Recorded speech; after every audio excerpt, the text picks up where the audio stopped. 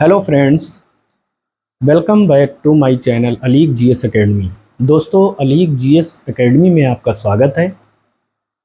दोस्तों, आज जो मैं टॉपिक जो मैंने लिया है उस टॉपिक का नाम है सीजनल चेंजेस, जिसको हम बोलते हैं ऋतु परिवर्तन। तो उससे पहले हम ये भी आपको बताना चाहेंगे कि डे और नाइट का कॉन्सेप्ट क्या है। आखिर डे और नाइट कैसे टेक प्लेस होते हैं, कैसे होते हैं, उसका क्या रीज़न है।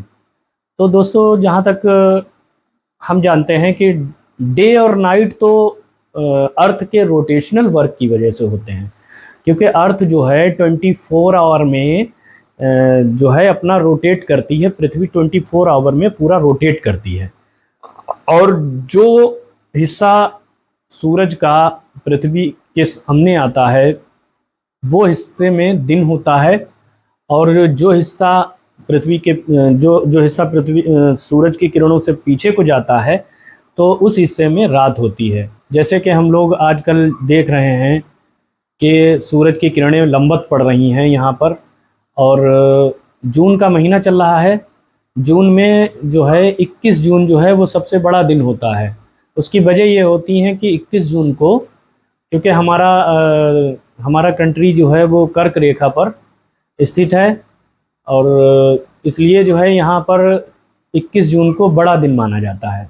और इस वक्त क्या कंडीशन चल रही है आप लोग जानते हैं कि इस वक्त बहुत ज़्यादा गर्मी हो रही है, क्योंकि इस वक्त सन रेज़ जो हैं वो बिल्कुल सीधी डायरेक्ट कर्क रेखा पर पड़ रही हैं। जब कर्क रेखा पर पड़ती हैं डायरेक्ट सन रेज़, तो जाहिर सी बात हमारी कंट्री में बहुत ज़्यादा गर्मी है। और हमारी कंट्री क्या, जो कंट्री हमारे आसपास में हैं और जो सीधी जिसके ऊपर सनरेज़ पड़ रही हैं, उनमें गर्मी बहुत हो रही है।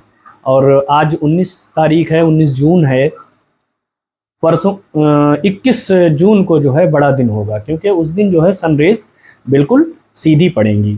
तो पहले तो हम बात करेंगे कि डे और नाइट कैसे होते हैं, दिन और रात कैसे होते हैं। दिन और रात आखिर क्या रीज़न है इनका। तो दिन रात होने का रीज़न जो है the rotational work of earth around the sun on the rotational work of earth is on its axis. अपने एक्सिस पर जो पृथ्वी घूमती है, सिर्फ और सिर्फ उसकी वजह से जो है दिन और रात होते हैं।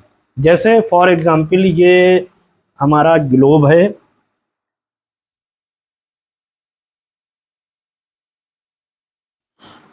ये हमारा ग्लोब है। ये इस तरह से पृथ्वी झुकी हुई है, 23.5 डिग्री झुकी हुई है पृथ्वी।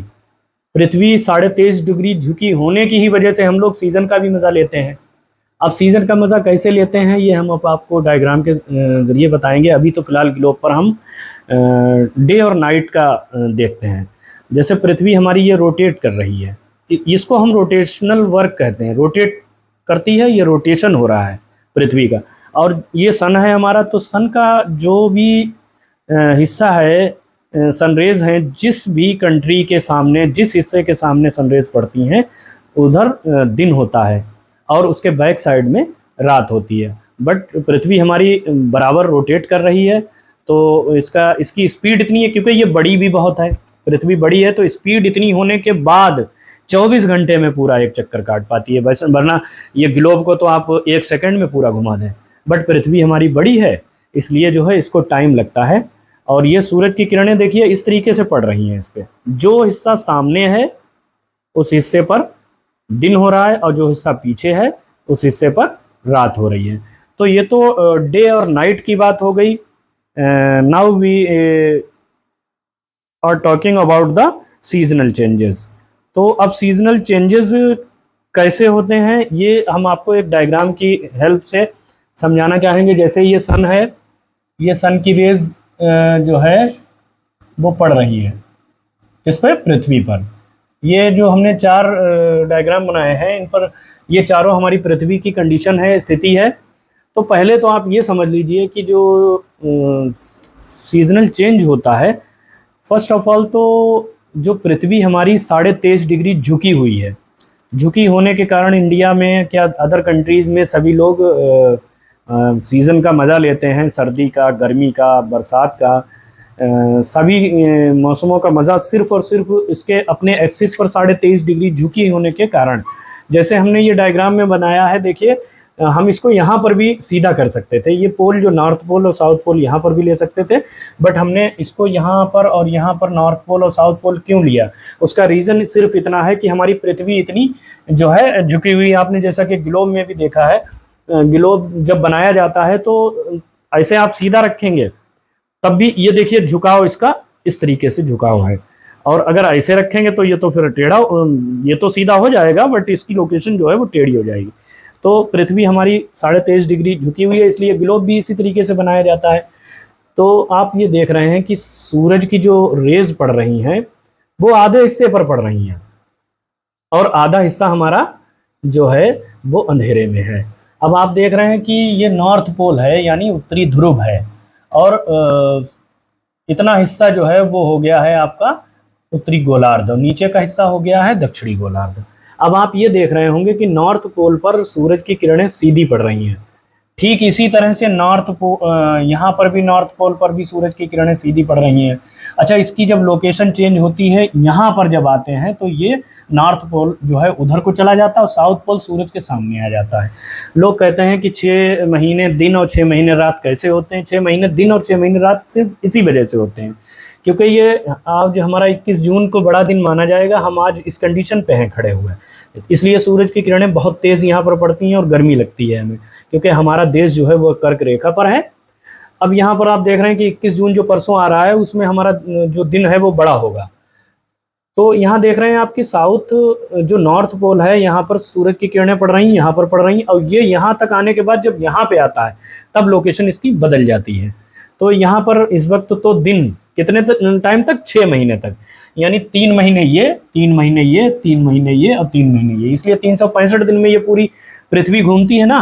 तो इस वजह से जो है ये जब पृथ्वी हमारी यहाँ से चल के यहाँ पर आएगी, क्योंकि वो रोटेट भी कर रही है साथ साथ में और रेवोल्यूट भी कर रही है, रेवोल्यूशन भी हो रहा है, जब यहाँ से 3 महीने के बाद यहाँ पर जब आएगी हमारी पृथ्वी, तो यहाँ पर 23 सितंबर को बड़ा दिन होता है।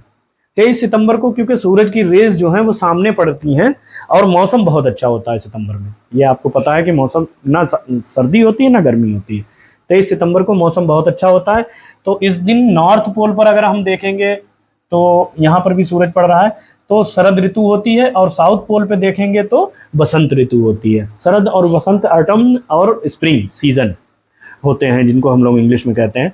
तो यहाँ पर तो मौसम बहुत अच्छा हो जाता है, क्योंकि इस पर एकदम पूरे उस पर पड़ती हैं, सनरेज पड़ती हैं, बट यहाँ पर आधे में पड़ती हैं, आधा छिपा हुआ रहता है, यहाँ पर भी आधे में पड़ती। फिर यहाँ से 3 महीने जब हम आगे बढ़ेंगे तो यहाँ पर 22 दिसंबर को मौसम जो है बहुत ठंडा हो जाता है, क्योंकि हमारा देश यहाँ पर लोकेटेड है कर्क रेखा पर, और ये कर्क रेखा का जो ईस्टर्न हेमिस्फीयर वाला हिस्सा है वो पहुंच जाता है सूरज के अपोजिट साइड में, और सूरज की रेज जो है वेस्टर्न हेमिस्फीयर में पड़ती है, क्योंकि हमारी सूरज वेस्ट टू ईस्ट घूमती है, उसकी लोकेशन रोटेशन की तो वही रहती है, और बाकी जो रिवॉल्व करती है तो वो ऐसे घूमती है। तो इसके हमारे नॉर्थ पोल और साउथ पोल सामने आ जाते हैं, क्योंकि इनका झुकाव यहाँ से नॉर्थ पोल का झुकाव है यहाँ तक, यहाँ पर बदल जाती है कंडीशन सूरज के सामने, बट जब यहाँ पर आती है तो सूरज के उधर चली जाती है दोनों की स्थिति, और साउथ पोल जो है वो सामने आ जाता है।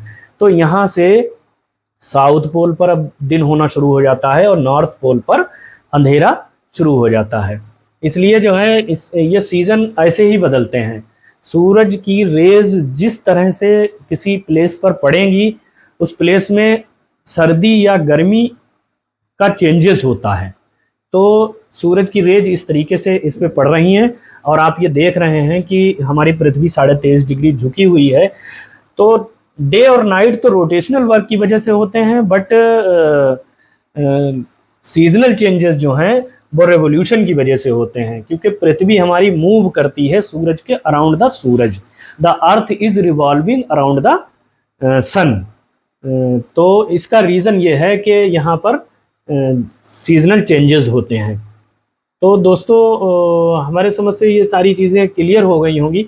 अब आप यहाँ देखिए कि 21 मार्च को यहाँ पर मौसम बहुत अच्छा होता है, यहाँ नॉर्थ पोल पर बसंत ऋतु होती है, और यहाँ ठीक हम सितंबर में अगर आ जाएं तो शरद ऋतु होती है नॉर्थ पोल पे, और अगर हम साउथ पोल पे आ जाएं तो शरद ऋतु होती है, और यहाँ साउथ पोल पे अगर आ जाएं तो बसंत ऋतु होती है। ये सिर्फ और सिर्फ सनरेज, ये सनरेज की वजह से सीज़न चेंज होते हैं, ऋतु परिवर्तन होता है।